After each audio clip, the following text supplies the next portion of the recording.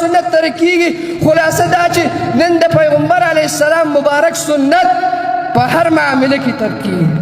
نن د هغه نبی سنت ترکیږي چې د دغه بې غیرت او بې وفا امت د احد په میدان کې غاښ مبارک شهید شو د دغه بې وفا امت په خاطر د طائف په میدان کې په ګاڼو وویشتل شو د مخ مبارک نه وینې راوڅڅېدې د دغه بې وفا امت په خاطر یې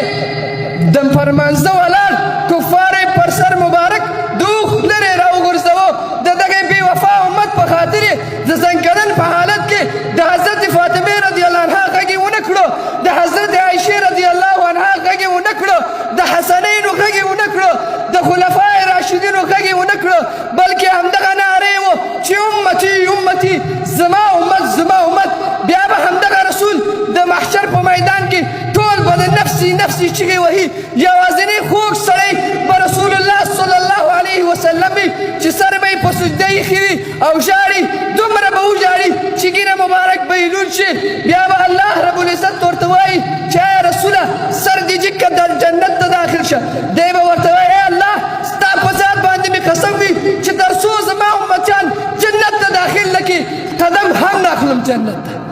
لیکن نن دغه بې وفا امت د داسې ځورېدلې نبي سنت پرېښي عمل پرې نه کړي خو زه دې خلکو ته وایم چې راشئ د نبي علیه السلام سنتو اتباع له صحابه کرامو نه زده کړئ راشئ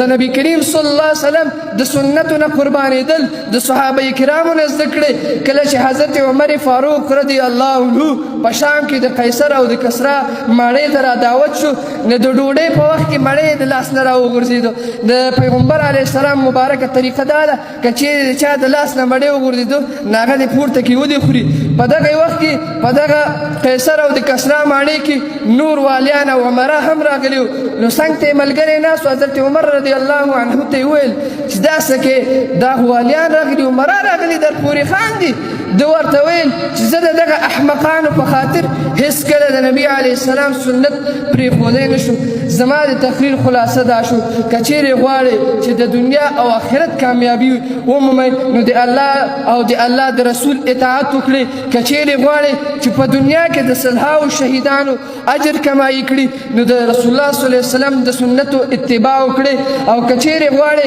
چې د سنتو اتباع زده کړئ نو د صحابه کرامو د سیرت نه زده کړئ چې هغوی د رسول الله صلی الله علیه وسلم د سنتو اتباع څنګه کوله او په آخره کې د الله جل جلاله نه دا سوال کوم چې مونږ او تاسو ټولو ته د رسول الله صلی الله علیه وسلم په سنتو باندې د اتباع کولو توفیق راکړي او که له ما څخه کومه غلطي شوي الله جل جلاله څخه او ثانیا له حاضر مجلس څخه عفو غواړم واخر دعوانا ان الحمد لله رب العالمين